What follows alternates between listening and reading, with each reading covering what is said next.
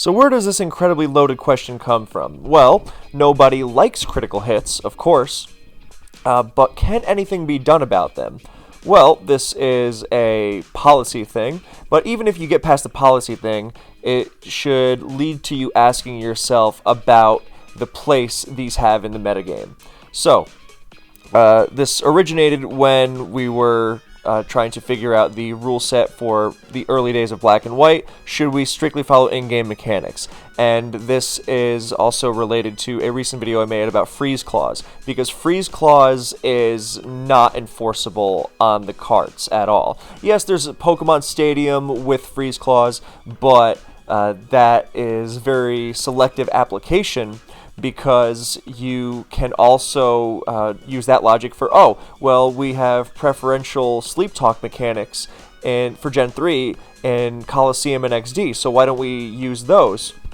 You know, and then it would not be totally consistent because, of course, in Gen 3, those link battles also have team preview, and you can see your opponent's HP stat exactly. So, no, we don't do that. So the Freeze Clause thing is selective.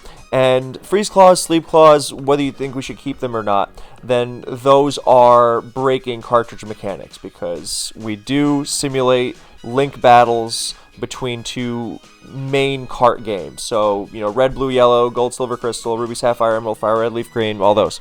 So, but even if this doesn't become a policy thing, like, do we want crits? Do we think they're a good thing? Because I've noticed a lot of players, I mean, every player in the world has complained about crits at some point, but then when you're not in the heat of battle, then people will say, oh, well, actually, I think crits are good for the game. And that is the real point of interest for me here. It's like, are they really good for the game? I'm wondering. And yes, I'm familiar with the, base arguments against them, which is that, oh, well, they prevent excessive boosting, or, they prevent games from being drawn out. But I don't know that these benefits outweigh their very, very many, very obvious downsides. And I do think it's a good thing that starting in Gen 6, crits only do 50% more damage as opposed to doubled.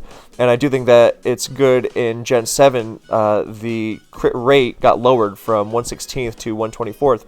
But at the same time, it's just, I don't know, because to get the policy part out of the way, if we are going to play a different game entirely, then, why not completely change the game? Oh, at a certain point, you're not even playing Pokemon anymore. Well, by that logic, we haven't been playing Pokemon since Gen 1, with the clauses of Sleep Clause and Freeze Clause breaking the game. So, theoretically, we could do whatever we want at this point.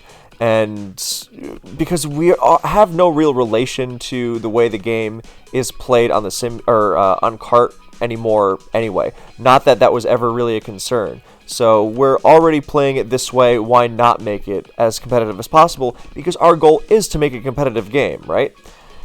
Then on the other hand, yeah, so let's not get into the policy thing, because that kind of stuff is exhausting and back and forth. So let's just talk strictly competitively, right? And let's say, okay, well, if you have a long drawn-out game, then crits balance it out, and prevent players from getting too comfortable.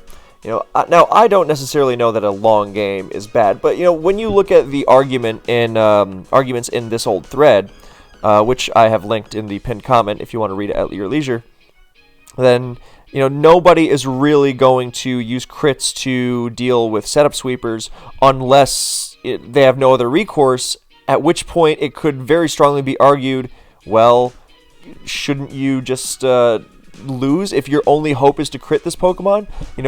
None of these boosters, however good or however bulky and strong they are, none of them are impossible to deal with, or even unreasonable to deal with without crits. It's not like crits are the only thing keeping these Pokemon from completely taking over the metagame. So, I don't really know that I really buy that at all, because too often crits are the opposite effect. I can sympathize with the viewpoint that, yes, someone should not just be able to... I mean, if you allow someone to just sit back and boost and heal on you forever, then, maybe your team needs some fixing. But on the other hand, I also understand that at a certain point, it can be too easy and too safe if it's done that way. So I think because a lot of us have thought about, how will we balance out crits? How will we balance out this kind of RNG? And it's the same with like Thunderbolt pairs, for example. Like if Thunderbolt para is 10%, then on the 10th Thunderbolt, then you get the para, or you crit every 16th turn, or whatever it is, or every 16th attack. Things like that, I think would be more balanced. If you know it's coming, you have to account for it. That introduces a much more skill-oriented element to the game. And I know there are also players who say, oh, well, Pokemon isn't competitive anyway, why bother? And it's like, well, if why bother, then why are we doing it in the first place? If we're going to be competitive, you may as well try. So I tend to tune out anyone who says who puts forth any kind of non-argument like that. So, yeah, I've never really made a team and said, you know what, I feel comfortable with the fact that my Calm Mind Suicune counter is to crit it. Because all too often, the result will be anti-competitive, as in, no, it won't be someone skillfully going for a crit over the course of a longer game and getting it. It'll instead be, oh, well, someone needed a crit in 2 turns, and they got it, and that was the game. And yes, Pokemon is not a game of 100% most of the time. It tends to be a game, you're playing for a % chance to win, okay. But you also try to limit the more egregious forms of it. And, I don't know, if given the opportunity to remove crits, then I think I would take it. And that's why, this video is being made. Do we want these in the game? Do we really think that they improve them?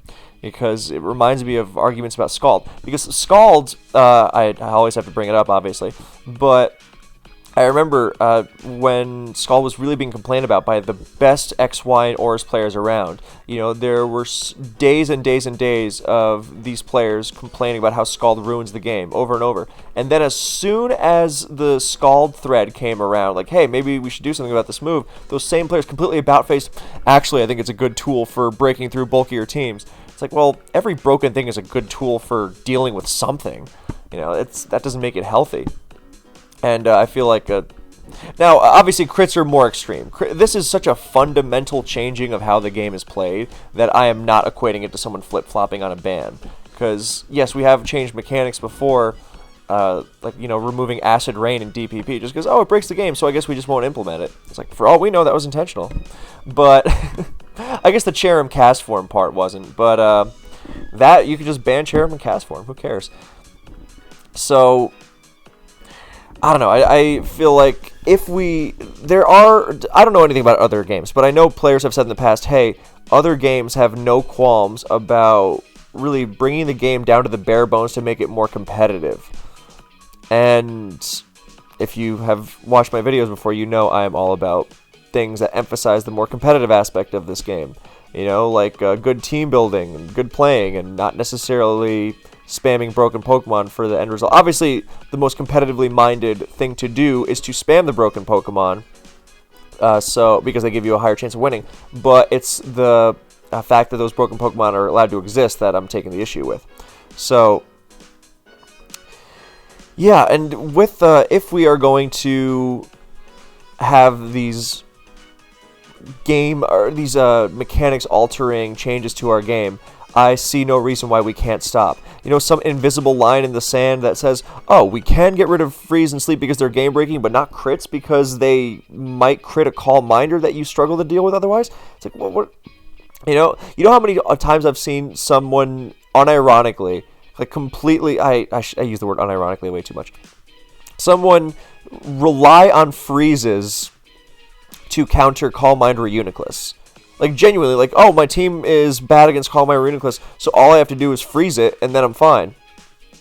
So I guess in that way you're not bad against Calm Minder or Uniclus. And then, you have to freeze it and then hope it doesn't thaw out. Like, low percentage, yeah, but crits all the time. Crits are not just Ice Beam. So, I don't know, I find the arguments for, crits balance out boosting sweepers or whatever it is that's supposed to be so overwhelming. Just so do errant flamethrower burns or thunderbolt paras or whatever it is. That's not an argument for. I don't really find that as an argument. And I guess the extension of this is, should we remove secondary effects or average out, miss rates and such? Like, should, instead of Fire Blast being 120 base power, 85 accuracy, should it have its power lowered to whatever the, I think it would be weaker than Flamethrower, wouldn't it? Its average power. But something along those lines. Like, is Fire Blast so broken that you rely on it missing? Should you have to rely on Fire Blast missing to deal with it? That kind of thing. And I would be very interested to see a game where, and damage rolls, things like that. I know we have a lot of RNG, but crits are obviously the most extreme. So I do wonder, what if not outright removing crits, but make it so. Excuse me, I was just thinking about that one time I got crit. Yeah, the one time. If we could make it so that it crits every X number of attacks, so that if you are, because conversely, really, it's like, oh, well, if your opponent's going to boost and heal repeatedly, then, and you're letting them. But on the other hand, you could also make the argument, hey, if I'm going to attack over and over and over and over and over and over again, and my opponent is letting me attack over and over and over again, then eventually I should find that weak spot, right? It makes sense design-wise and lore-wise, if you want to go that route. So, yes, I think that there is a happy medium, which would be, a crit occurs every, every 6th attack. That seems pretty fair, I think. Just off the top of my head, I'm sure we could find a more mathematically resonant number. But, yeah, that is basically it. So, I think that's... Oh, see that Sleep Talk double edge crit? Goodness gracious, even in sleep, you're never really safe. Anyway, so yeah, like recover stalling, because at the end of the day, skill is all about... Well, you know what? Let me preface that by saying I don't want to simplify what skill is all about. But the moves you choose shouldn't always be super easy. It shouldn't just... And to give an extreme example, if you had, Mega Rayquaza against a UU team, you just click Dragon Ascent 6 times, right? Oversimplifying, but you get it. And that is not really a skill-expressive game. That's you having a Mega Rayquaza and just destroying everything in sight without thought. So, recover spamming can be brainless, but then again, attack spamming can be brainless. And I think that it would add more nuance if every 5th or 6th attack crit, as opposed to, oh, I just went for my strong stab move because it's a strong stab move, and I got extra damage because of a dice roll. And that completely screws the game up. So, I don't know, I think that would be an interesting way to go about it. There's another crit. And, yeah, so that's basically all I had to say. So we'll just finish this game on the screen, which is featuring crit, freeze, RNG. Hey, all I'm saying is, if you want to make it, because on the other hand, you don't want to reward attacking randomly too much, but you also don't want to go too far on the other side and make it too easy to just spam defense, and wall and recover and do that forever. So there is a balance to be found, and I think knowing when it happens is the happy medium. So, yeah. So, like in this example of Alakazam versus T-Tar, I don't know how many attacks it would be, but, this Rock Slide wouldn't crit, and the same would go for, like, flinches and such. But this one wouldn't crit. Third one wouldn't crit, but, 4th, 5th, whatever the percent would add out to. So, like, around here, then you would get the crit, probably. Or, actually, I guess for the miss, you would factor that in, too. Like, if it's not, then every 10th Rock Slide will miss or something. So you'd have to mix all the percentages together with crits, flinches, misses. But yeah, lots of RNG in this game. So I would encourage the viewer to, when thinking on this question, when pondering, when meditating on this, when reflecting, then ask yourself about crits, because it's easy to say, there's a lot of things that are easy to say from the sidelines. Oh, well, crits are actually a good thing. It's like, are they really? Are they really? I know we're beyond the base idea of, oh, crits ruin the game, Pokemon sucks.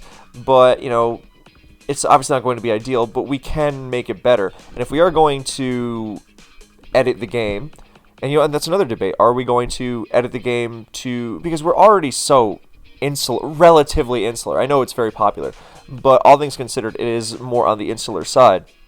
So if we're going to be like that, then shouldn't we just make the game as good as possible, as competitive as possible for those of us who are here who play it?